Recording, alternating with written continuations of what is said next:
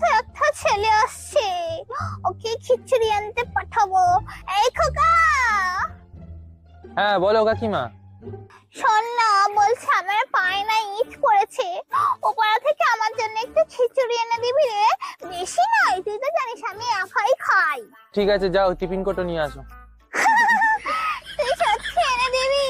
আচ্ছা ঠিক আছে, আমাকে গাওয়াল আনতে যেতে হবে না। এই নে ধর। আচ্ছা কাকিমা, এই শুধু খিচুড়িটা আলগা আনবো, এটা কিছু চাপা দেওয়া নিয়ে আসো। হ্যাঁ হ্যাঁ, আমি তো এরম বিশাল একটা থালা এনে দিচ্ছি, তুই এখানে দাঁড়া।